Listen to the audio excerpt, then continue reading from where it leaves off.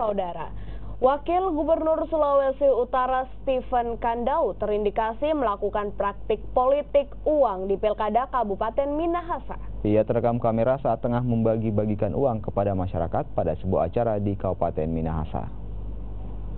Video dugaan politik uang yang melibatkan Wakil Gubernur Sulawesi Utara Stephen Kandau menjadi viral di media sosial. Video terdiri dari dua bagian ini memperlihatkan Wakil Gubernur bersama jajaran pemerintah Provinsi Tengah menghadiri acara silaturahmi dengan kaum lansia di Desa Tatateli, Kabupaten Minahasa. Di akhir kegiatan terlihat Wagub menyalami warga dibarengi dengan pembagian uang oleh seorang pria berseragam ASN. Akibat aksi ini, Panwaslu Kabupaten Minahasa menyatakan akan memproses jika telah memenuhi syarat formal dan material. Oh iya, kita bisa panggil klarifikasi.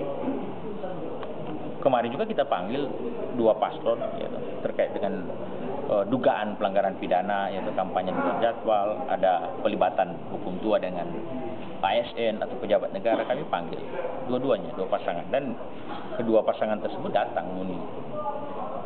Termasuk ini kalau memang kami lihat memenuhi syarat formil dan material, kita akan proses, kita akan panggil yang bersangkutan untuk klarifikasi. Apakah ini memang terkait dengan kampanye atau